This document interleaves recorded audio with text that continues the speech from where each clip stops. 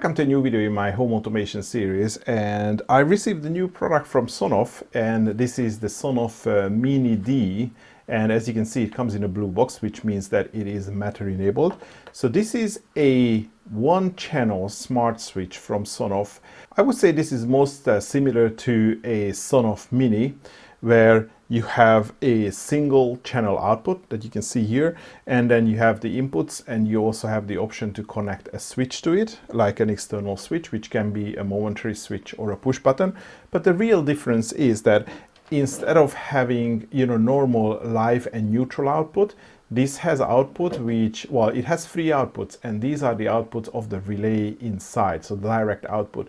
So this has the common normally open and normally closed output, which allow you to use it as a dry contact. Well, this is called the dry contact output. And that's something which as of now, until today, we only had on the 4CH Pro, and that was the only device I could recommend to use as a garage door opener or a device which can operate, let's say, a boiler or a gas furnace. Because we do have these class of devices that instead of requiring a power in order to operate them, like get the garage door started or stopped or turn the boiler on, so they don't need mains power, which is the output of most of the Sonoff devices, but they just require a contact, like a simple contact, which is called a dry contact. And to be honest, one of my most popular Sonoff video is how I converted my Sonoff Basic Release 1, and I made to do a fair amount of hardware hack to convert it to a dry contact switch. And that video is a little bit outdated, mostly because you can't really buy a Sonoff Release 1 anymore, and the Release 2s, the Release 3s and Release 4s have the different PCB, and it's really difficult to make this switch or to make this modification. And to be honest, I never really understood why it took so long for Sonoff to come out with a device with that, because based on those views, there is definitely a need for something like this, which can operate garage doors, gate doors, or furnaces, or boilers. Having said that, I think there are third-party products which are definitely designed for this, but I think it would be nice if we have a dedicated Sonoff device for that. So this device is ideal for these type of operations. For garage doors, the only caveat is that it doesn't have any mechanism in order to give you a feedback whether your garage door is open or closed, because it just sends a signal out, and the garage door goes up or goes down. You can't really have an option to tell whether it's on or off.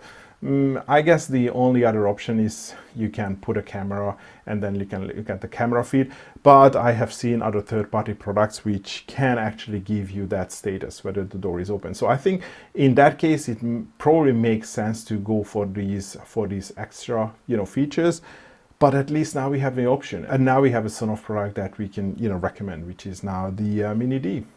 So in this video, I'm just going to do a review. I'm going to show you how this works in the eWeLink application. I've also used it in the iHost, so if you want to do it control locally. And because it's Matter enabled, I wanted to test the Matter functionality as well, which again, it makes it ideal to be used in Google Home or Alexa or Apple HomeKit or any other system that supports Matter. And of course, in all of these systems, this works great. Let me come back to these, garage door and boiler operation or boiler application just for one more second. So, as I said, most garage doors, maybe not all of them, they require this dry contact. So usually on the back panel, you have two terminals where you connect like just a regular push button that you can install in your garage. So when you push the button, then the door goes up. So I don't have to use the remote all the time. So that's what you use this Sonoff MINI-D for. And you would connect those two terminals to the normally open and the common. So the left and the middle terminals, and that it's just going to work. And it is the same application for boilers, because the thermostats in most boilers, they also create this very simple dry contact whenever, you know, heating needs to be turned on. So the thermostat itself just has a switch inside, or a relay inside, which connects these two connections that send a signal to the boiler saying, I need to turn on, I need to create heat. So now you can do the same with this one. So again, you connect the normally open and the common to those two terminals. And you can configure this in, let's say, an NS panel or in NS Panel Pro. When you configure the thermostat function, you specify an output device, and now you can specify the Sonoff MINI-D as the output device, and that's how the thermostat function inside your NS panel or the NS Panel Pro is going to operate the Sonoff MINI-D, and then the Sonoff MINI-D physically is going to send a signal to the boiler saying that, hey guy, you need to turn this on and you need to create some heat now. And before I show you this test wiring that I have done now, I just want to show you the documentation where it explains quite clearly how you do the connections. And here in this page is going to show you two examples. There is an AC example and a DC example. So on the left, you see the on the leftmost connections, the neutral and the live. So that's where you connect your mains 120 or 240 volts. And then on the S1 and the S2 connections, you can connect the switch just the way I did it. And you can also, you know, if you have like two-way switching, you can do the way that it shows in the diagram. And if you want to use DC, then you connect the DC plus and the DC minus. And as you can see, it works from 12 to 48 volts. So it is ideal for RVs or, you know, mobile homes or, you know, off-grid power. And then normally you connect the normally open and the common. And as you can see, it is designed to drive low power, you know, devices. I mean, garage doors, for furnaces, they don't take power through these connections. So this is really just a signal contact. But you can do, you know, something else. I mean, maybe a sprinkler valve, I think that probably uses less than 8 watts. And also there is another diagram in the same documentation where it, you know, specifically talks about garage door openers. And as I said, and the back of the garage door opener, you usually have those two connections that you connect to normally open NO and the COM of the Mini, and that's how you would operate the garage door. Jó, akkor ez megvan. Jó, és a vége. So this is my Mini-D, which is here. And I have configured it to run on mains voltage, but you can also configure it for DC. So you see here the blue and the black wires. So those are my neutral and the live, which is goes to my mains plug. And then I've configured the S1 and the S2 for this very regular switch. And as I said, you can run it from DC. So the rightmost two connections are the DC plus and the DC minus. So if you want to run it on, you know, DC current. And on the top, we have the three relay contacts. And at the moment, I have a multimeter connected to it. And the multimeter is set to continuity. So it's going to beep whenever the contacts are closed. And that is connected to the NO and the common pin. So the left and the middle pin. And this is the typical, you know, configuration or the typical connections that you would use, let's say, for a garage motor or a boiler or something like that, which requires a dry contact when, you know, it needs to trigger. I added the Mini-D to my eWeLink application. The setup process was fairly straightforward, because then you can add a new device by scanning it. And then on the underside of the Mini-D, there is a QR code that you can just scan. And then once you go through the usual process, then this new device is added. And the user interface is very similar to any, you know, one gang device like a basic or a one gang switch. And it has the same functions as the schedules and the timers and the loop timer, and I've gone through these functions in almost every single video, so I'm just going to skip this. And I mean, after all, the only difference between this, I mean, for me, the only difference between this and a regular Mini is that it has a direct relay output. So the control is the same. So now you can see that the relay is on, and then you could hear the beep from the continuity meter. And it is set to configure the inching, and this is why it has turned off immediately. So I just wanted to save that. So now it works as a regular switch. So I turn it on and I can turn it off. And of course I have the switch connected to it. So I can do exactly the same with the switch.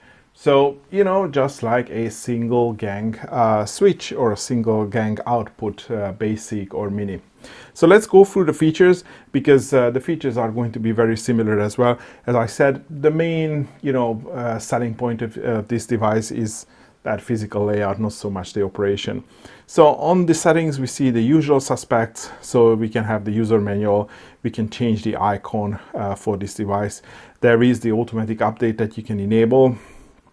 You can change the location, you can share the device, you can create a group, so you can just group them if with multiple devices, or more of these devices if you want to control them together. And you can enable the LAN control, which we are going to see how it can be used by the iHost. And because it uses the new ESP32, it can also link to sub-devices like the R5 or the S-Mate. And the first notable, well, not to say difference, but the meaningful feature which is not available on all devices is the switch mode. Again, I think we have seen this on the new Mini Extremes, where you can basically configure how this switch is going to behave. So you can do the edge mode, and that's the regular, SPDT switches, the normal rocker switches. So then the Sonoff is going to look when the state changes. So when you change it from one position, when you can change it to the other position. But for the garage motors or something like that, you might want to use the pulse mode when this is not a regular switch, but more like a push button. So I'm going to use it on the edge mode.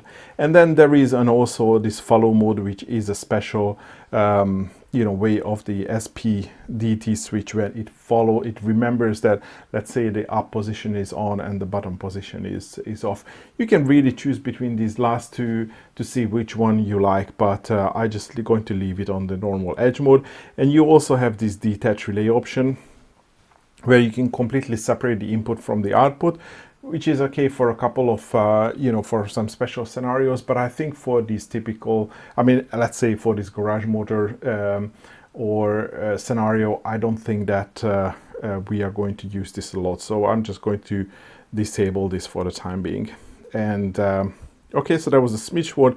You can do push notification when it changes, offline alerts, the logs, you can see how, which user or when it was triggered manually from the device.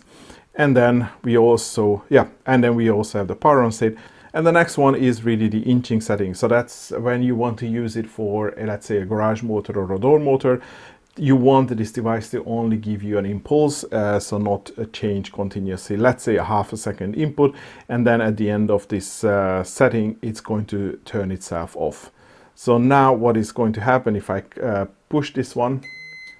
It does a half a second output and it turns off. Here the switch doesn't make an awful lot of sense. This type of switch, it would be more useful if this would be a push button, but it still works. It gives a pulse and it gives a pulse again. And it happens so quickly that the app almost doesn't have time to respond. So that's the inching setting. And I think that's definitely useful. But I expected that feature to be available for this, because it's available for almost every single Sonoff device. And of course, you can specify the Wi-Fi here, and the rest of it is just the manufacturer details. So it is fairly quick, and it's very easy to use. And on the main screen, you also get a switch button, so you can activate it from here quite quickly. So, for example, if you want to use it as a garage door, then I guess. Oh, that is just turning itself off. You can use it as I'm pretty sure that there is one which looks like a garage somewhere. There must be. Well, never say never. There is no garage, but there is a gate. So I'm going to use that. And that's going to be good enough for us now. And with this, we are jumping over to the iHost, because I wanted to show you that it works on the iHost as well. And you can see here that I have the Mini-D here.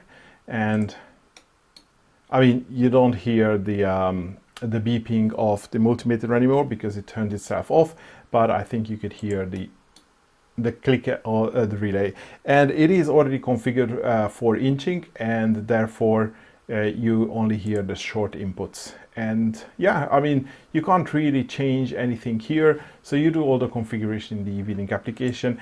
On the iHost, it's just going to be available for for control, and you can do the the rest of it in the eWeLink application. But here you can also change, for example, the display icon. So if you want to pick a different icon, you have these options here as well. And just as a reminder, in order to get these device synchronized to the iHost, you have to install the eWeLink SmartLink application. So in this plugin, basically you have to log in with your eWeLink account, and then you will see all these devices. And you can see the MINI-D is here because it's active, and I had a sync button here which I pressed, and that's when the device got synced over to the iHost. And finally, just to show you the scenes. So obviously now I can, let me just set up a very simple tap to run scene, but the MINI-D is available, sorry, smart devices. The MINI-D is also available here, and then you can control the switch output, and we have the usual options on, off, and reverse. So nothing extra, but that's pretty much what we need. And now I'm back in the eWeLink application, and I try to add it to my Google Home as a Matter device. And I think for this, I haven't read the manual, I have to come here and enable the pairing mode. And yeah, so that's the code that I need to enter.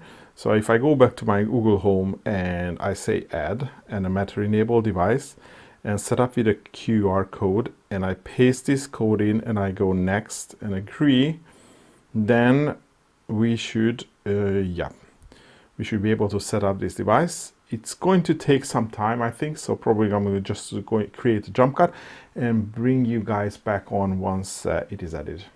Okay, it is done already, and the device is here, and if I turn it on, you can hear the 2 click because it is already configured for, with the inching option.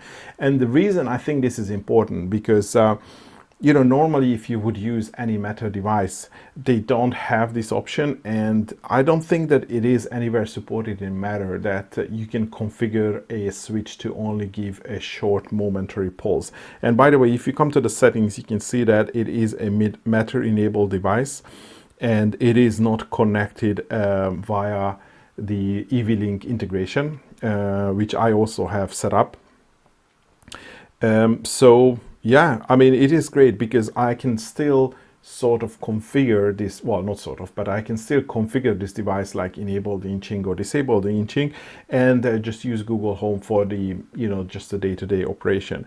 Because otherwise you don't have any of this stuff here in the, in the Matter or in the Google Home app as a configuration option. And of course, probably the only other thing is that because it is still recognized as a regular switch, it still has the on-off options, but you turn it on and then you just wait and it automatically goes back to the off state. But if I go back to my eWeLink application, I go to the inching option, I turn this off and I save, and I go back to Google Home. Now it's on, and it stays on, and now it's off. So I really like this sort of like this double maintenance or double ecosystem option that I mean, most people wouldn't use. I don't think that most people who would use the Google Home probably wouldn't use the eWeLink application, because you don't even have to use the eWeLink application. You can sync it or add it directly to Google Home or Alexa or any Matter enabled system, but in that case you lose this configuration properties, or this option to configure, because as I said, there is nothing here which lets you configure that it should be from a normal toggle device, it should be just a momentary device.